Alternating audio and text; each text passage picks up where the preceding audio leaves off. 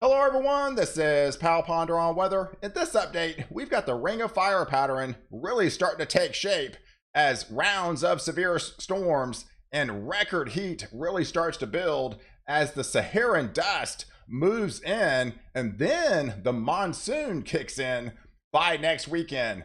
Good morning everyone, how's it going out there? Happy Sunday, hope everyone is enjoying a fabulous weekend. If you are new to the channel, go ahead and hit the subscribe button and notification bell to get all my daily updates to keep you ahead of the storm. So let's get right to it this morning and take a look at the overall upper level winds aloft. And this is, you can really kind of get a true depiction on really what's happening out there as this relentless amount of moisture is being pummeled in off the Pacific Ocean. You got the dominating ridge of high pressure down to the south with a lot of sinking and subsidence air. It's very difficult to rain under those conditions, and that's why they're experiencing all those excessive heat warnings and record high temperatures down in the southern plains. But all the instability is really well to the north, and that's tapping into those southwest winds. We've got rounds of severe storms we're gonna have to be dealing with over the next couple of days. So if we can take a look at the overall hazard map this morning, we can really kind of tell where the heat is really building across the desert southwest. They've got widespread, numerous excessive heat warnings out there. I mean, almost the entire state of Texas, Oklahoma, Kansas, Arkansas, Louisiana, Mississippi is under a heat advisory. I mean, we're talking temperatures well into the hundreds. Even in those pinks shaded areas where they have those excessive heat warnings in Texas and Oklahoma, we could be looking at temperatures 105, 110 degrees. A lot of the record temperatures are going to be breaking today and the next several days.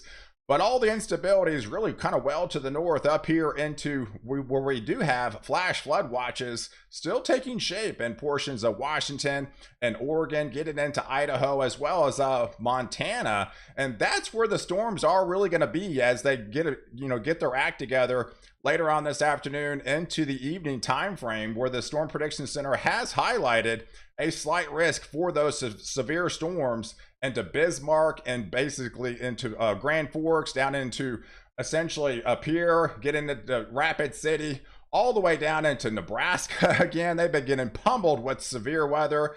That is going to be shifting east-southeast, and even Kansas City could be looking at more storms into the evening time frame, extending all the way into portions of Kentucky, getting into portions of Raleigh here, as well as into Richmond into the evening time frame. But yeah, some of those could be some pretty large hail producers again. We actually saw a 5-inch hailstone yesterday into Nebraska and to Beatrice, Nebraska. So that has been no stranger.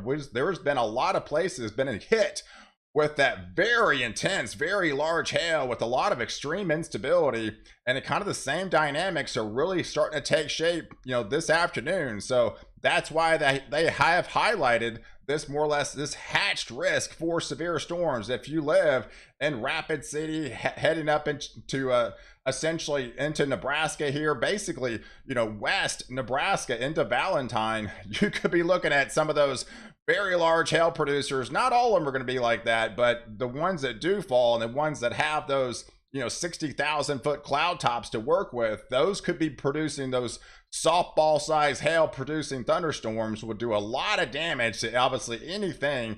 And typically those travel about 100 miles an hour out of the atmosphere. So that is very dangerous stuff. So be on high alert as you get into the, later in the evening time frame, because we got just another time, area of an extreme instability. So a lot of these areas further to the south is going to be under a strong capping inversion, but where they do have that weakness in the cap, and that's where they're going to have those supercell thunderstorms really start to explode as we get into the later afternoon, evening time frame. You can kind of tell what the radar depiction is really going to look like about 6, 7, 8 o'clock into this evening. So we got these more or less what they call ridge riders or party crashers. Essentially, you got a great day, you got a nice day ahead, but then 6, 7 o'clock, boom, you got supercell thunderstorms starting to blow up into portions of the Dakotas, taking up shop into portions of Nebraska, getting into portions of Kansas, Kansas along this boundary,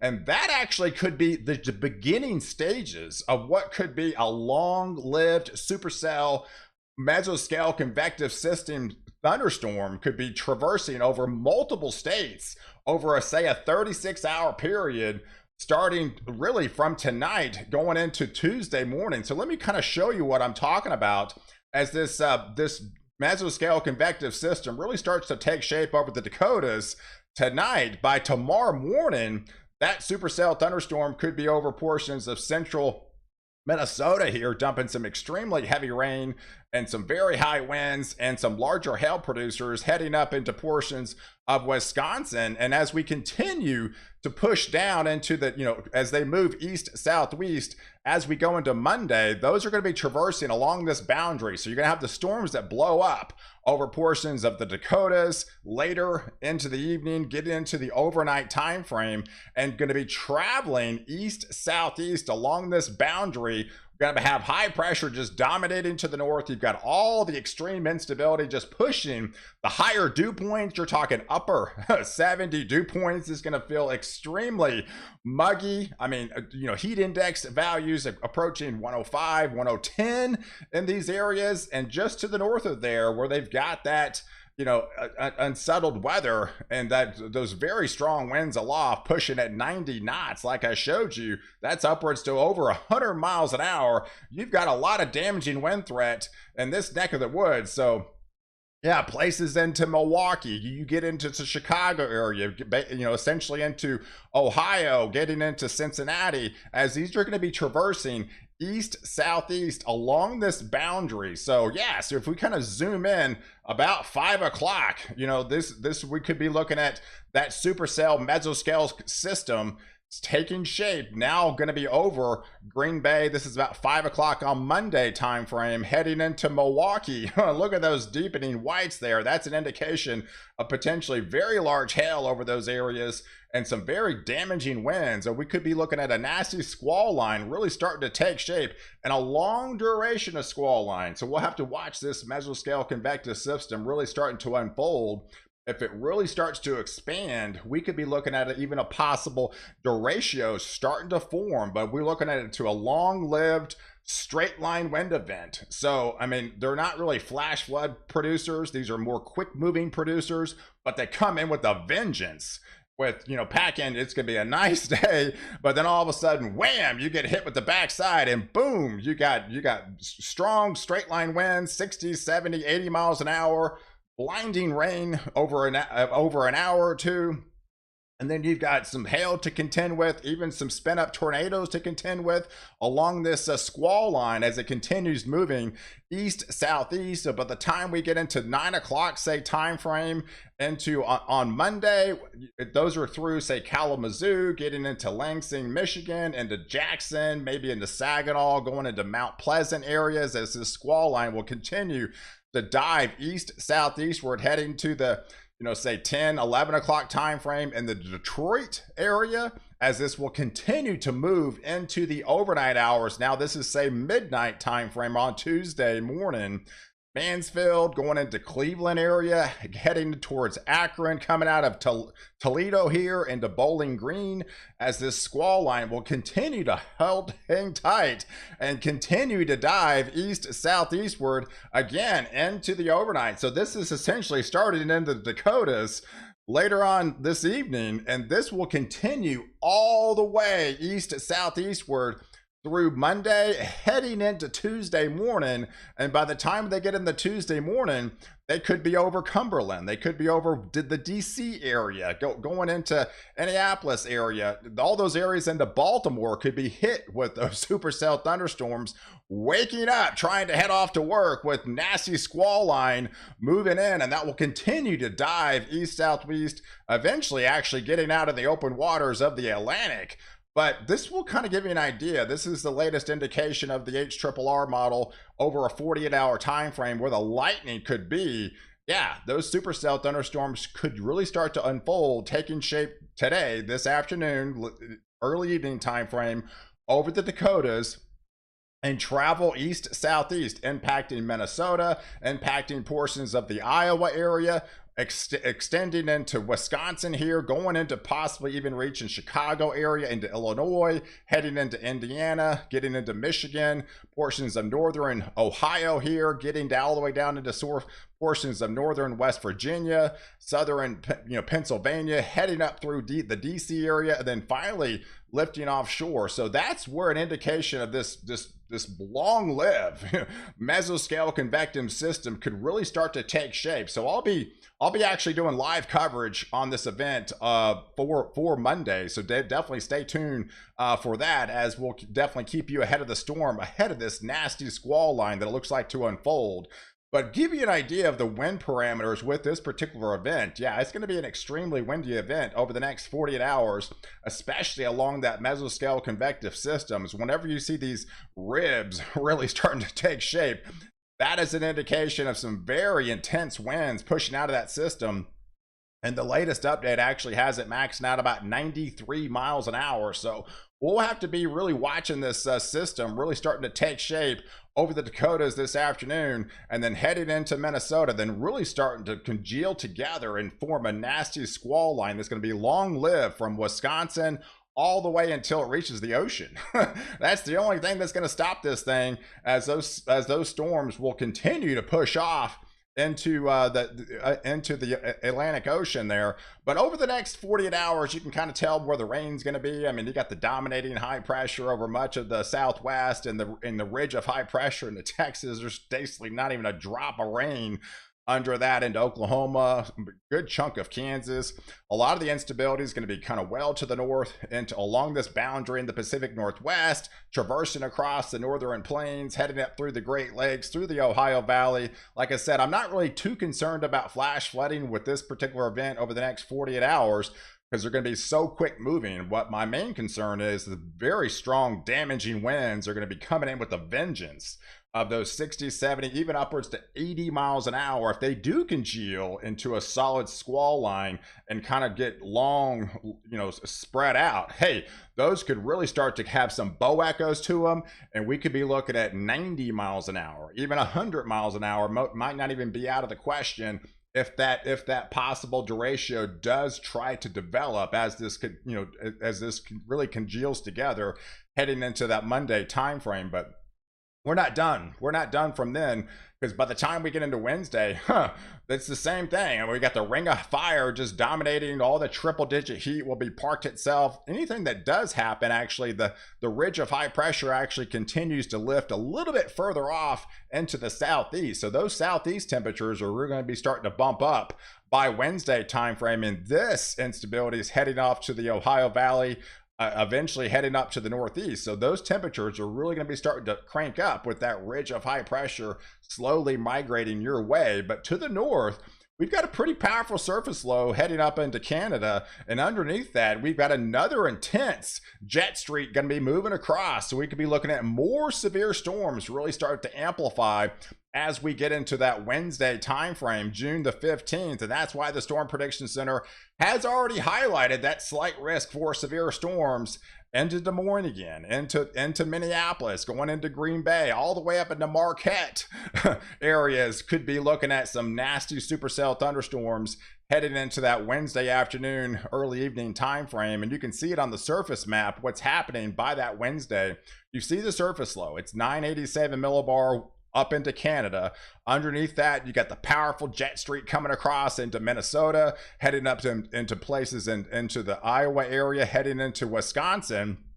You've got that mesoscale convective system out in the open waters of the Atlantic now, with the ridge of high pressure building over the top. So we'll have to watch this if any sort of like wake low tries to develop, of any sort of like in close development off the southeast coast. So we'll watch this. I mean, it's a conglomerate of thunderstorms that are just going to be hanging out in the open waters of the Atlantic by Wednesday.